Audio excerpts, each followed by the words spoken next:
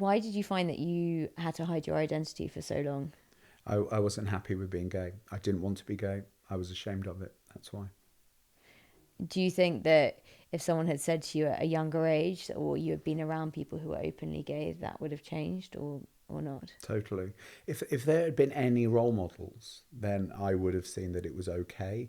But I didn't know what being gay was. The only thing I knew about being gay was the AIDS crisis and how revolting it was, I mean, and also how anyone who, the word gay wasn't meant as a positive thing. If anyone shouted that at you at school, and believe me, they did, that wasn't that wasn't complimentary.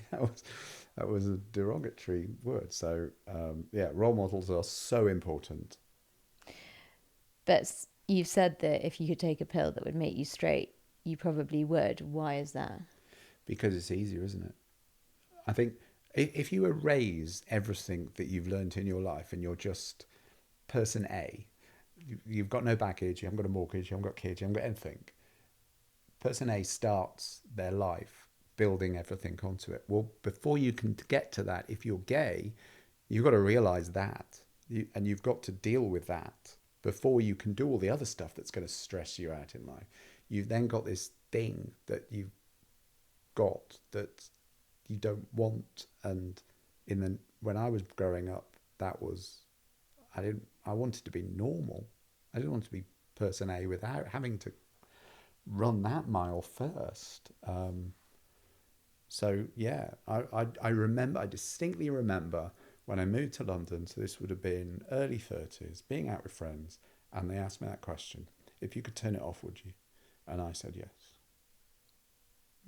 It's so interesting because it's almost like you've viewed it as being an illness in a respect. It was like a malfunctioning that you wanted Yeah, to get rid of. and that's I've always argued this case that we don't choose. This isn't a choice. I haven't woken up one morning and go, do you know what I'm going to do today? There is no choice. This is just the way it is. Um, and of course that pill doesn't exist. But if it did, then absolutely. And to some extent, I don't think I'd do it now. But I know I think I might consider it. I don't know. Do you think that's why a lot of men come out later in life, having got married, to a woman, and having often had children, and they then come out as being gay? Do you think it's because they've repressed it for so long and they always knew under the surface, but they didn't have the self confidence to come out? No, well, in the podcast, this was always me. They didn't come out because they couldn't come out. In the 80s and 90s, gay men got married, as one of the people I spoke to said, because you didn't know you were gay. You didn't come out. You didn't know anyone else who was like you. You didn't speak to anyone. You couldn't go online. You couldn't go on an app. You couldn't Google on your phone. If you Googled, um, probably went on AOL. If you did that, your whole family then knows that you've done it because it's on your history. So you didn't know that you were gay. You didn't. And some of the people I spoke to were having relationships with men, same-sex relationships in the 50s and 60s. Well, it was illegal until 1967. So you've got a whole load of oppression on you that means you cannot be you. And other people had religion. Well, they didn't want you to be gay because it's Adam and Eve. Well, it's a sin, isn't it? Yeah. It's a sin. It's not. It's not a sin. It is not, and that is not what the Bible teaches. No, yeah, yeah. Um, but that's what the interpretation was in sermons, and people have told me that. I spoke to people who have had electroconvulsive therapy, and they were put through it by the NHS. I mean, that was a normal thing. Mm-hmm. I spoke to someone who, it was pre-NHS, I should say, but didn't by the health service. I spoke to someone who went to their general practitioner, went to their GP in 1960 something, and said that they felt different. They were hospitalised. They were put onto a ward for a month. They lived there, and they were given electroconvulsive therapy and aversion therapy. And then they were taught how to walk like a man, talk like a man, be like a man. that was on the equivalent of the National Health Service. Well, they now say that 1,000 people had that done to them. I've spoken to 2 of them, so I don't think in a podcast series of 12 episodes, I think there were more than 1,000. That was prescribed on the health service, that people were put into hospitals and they were subjected to those things. So, of course, you're not going to say that you're gay. You're going to get married to a woman. You're going to have children. You're going to live your life. And then when you get to 2025, okay. What do you think was the moment that finally pushed you to tell your truth and to come out? Um, I I never really have told my truth. I think the moment that when I don't care what people think is after many years of hiding it. I remember I used to put posts on Instagram many years ago, and I'd put hashtags at the bottom, and then I'd put loads of lines, and then put hashtag gay follow right at the bottom, so no one would scroll down to see that. I don't care anymore. I don't know when that moment was, but now I don't care. Whatever. It does strike me as I say that it's this weird notion that we feel like we have to use the language of coming out, and it's so antiquated, and yet we still use it in this day and age. Does that irritate you? Yeah, why do we have to come out? I mean, I think actually, look how positive it is in my life that I never have come out, that people have just lived and accepted and been fine with it. I've never come out. And isn't that actually, despite the mental health problems that I've had, isn't that amazing? No one really. I'm sure my mum and dad have been upset at some point. I'm sure members of my family thought, oh, no one's really cared. And I really hope that any teenager growing up now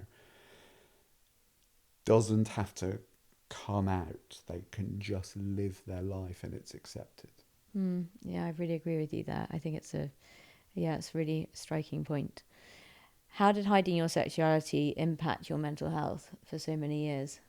Well, I don't think it was the years of being ashamed of it. It wasn't necessarily hiding it because I was always in a relationship, but I was ashamed of being gay, and that's what impacted my mental health. Because your sexuality is a huge part of your life, and if you're ashamed of 50-60% of your life, then that's not good for your head. So, yeah. Yeah, it's just that you're sort of almost weighed down by that.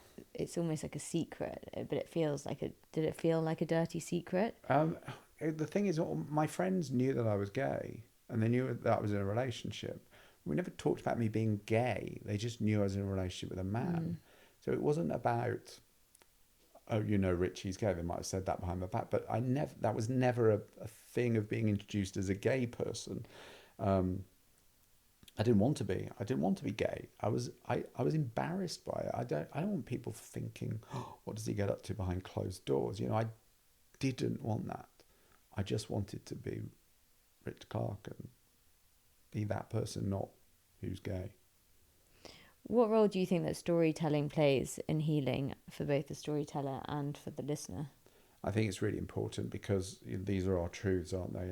And they have to be shared, because I don't think, and I'm sure from doing this podcast, that you have a one story on one episode which echoes to so many people.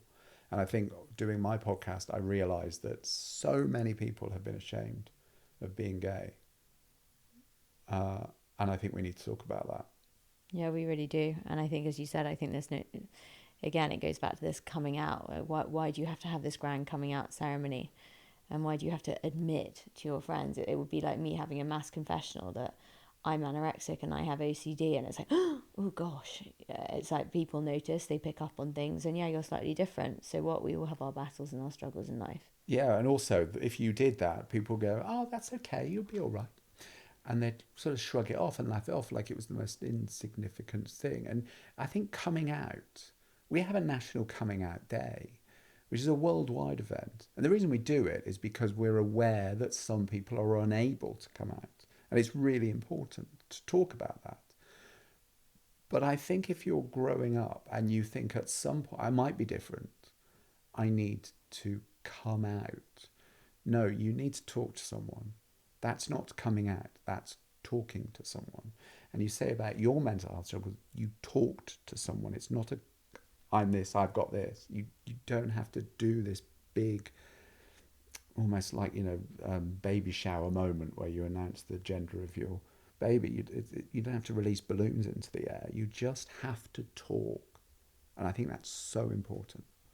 Yeah, I agree with you to an extent, but I still do feel that there's a lot of stigma and a shame, and a lot of stigma and shame, especially around addiction. I think if you were to say that to an alcoholic or a drug addict, why is AA and why are NA groups that are anonymous? Because there's a lot of shame in saying, I'm an alcoholic, I'm a consistent drug user, and I rely on these crutches.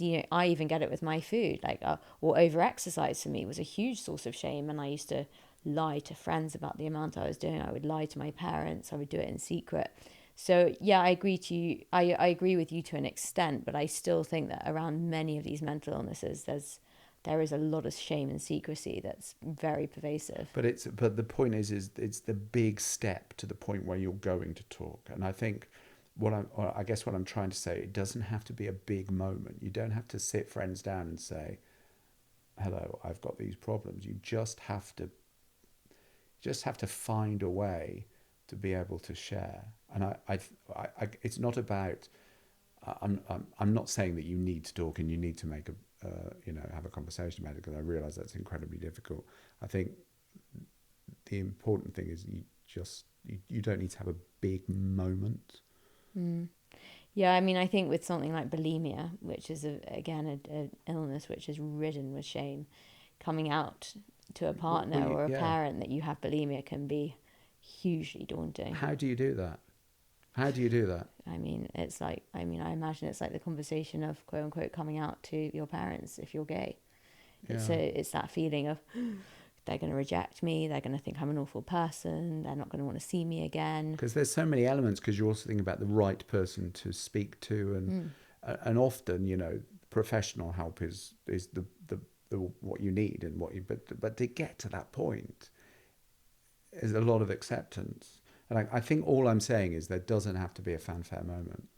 I think you just have to find your way. But I mean, I'd urge anyone with sexuality is if you are struggling, then you have to try and get help. And there's plenty of places that you can get help.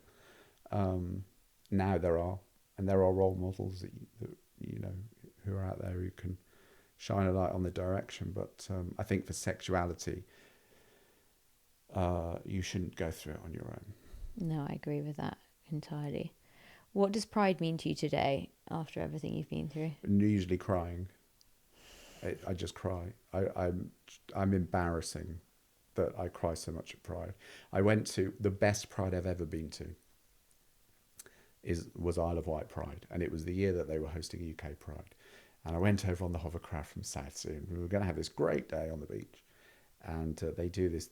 Most prides do a parade, and because it's in Ryde, it's a little community parade. And I'm really sorry, but this may set me off again, because this story always sets me off. But they have these groups walking through the town, and the Scouts were one of those groups. I was a Scout. I was bullied for being gay. I didn't know I was gay, but I was. There was a group of Scouts, and at the front, see, I can't, it's really difficult. At the front, there was a brilliant teenage boy who was dressed in glitter, had a pride flag over his shoulders and his Scout uniform on, and he was twiddling a baton and throwing it up in the air. And I broke down, because isn't that amazing? That he must have been 15, 14, and all of the other Scouts were behind him during, egging him on to do this parade. And that's, see what I mean? I mean, every time. The thing is, if you go to a Pride parade, if you go to Brighton or London or one of the big city ones, it's outrageous. But it's those little moments where you go, do you know what? We've come quite a long way. That was amazing. Yeah, I can imagine. if someone listening to this feels unsafe being themselves right now, what's one thing that you'd say to them? Look, you will make it through. There is a way. You will do it. And it's difficult to say the one thing because I don't know what the situation you're in, but there are so many ways to get help and support now, and a lot of the people who you can call or text, the text they don't show up on your phone bill even. You can get help. You can get. No one's going to tell you or preach to you or convert you. They're just going to listen and just speak to someone. Don't do it on your own. Yeah, and in fact, our partner with the podcast, Shout, SHOUT, you can text them, which is a brilliant helpline service. And yeah, they're really experienced in every realm. So yeah, I'd encourage someone listening, if they feel unsafe, to reach out to Shout. And just to add, I know there are, having done the podcast, there are people who are in the wrong relationship because, they've just lived this life because they've quashed. I'm not suggesting that you leave your wife or husband and your children and go and skip down whatever road you want to skip down, but you do need to get help if you feel like you should. You're not on your own. Rich, thank you so much for being so generous with your time and your, just incredible advice and the journey that you've been on and continue to be on, and your brilliant podcast. Thank you so much. Thank you.